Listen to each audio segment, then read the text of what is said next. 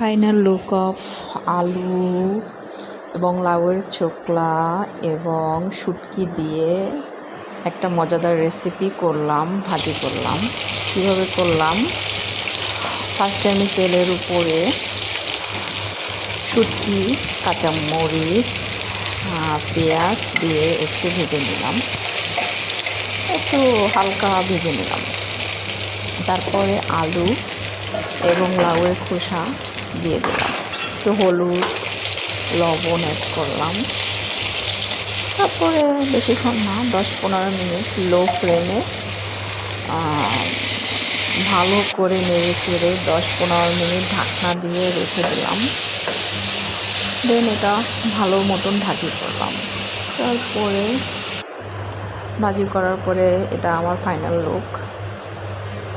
এটা খেতে অনেক মজা হয়েছিল। মানে সিম্পল একটা উপকরণ দিয়ে যে এত মজার একটা ভাজি করা যায়, না খেলেই বোঝা যেত না। এটা আমি ভাতের সাথে খেয়েছিলাম। ভাতের সাথে, সাদা ভাতের সাথে এটা অনেক মজা। আপনারাও বানিয়ে খেয়ে দেখতে পারেন।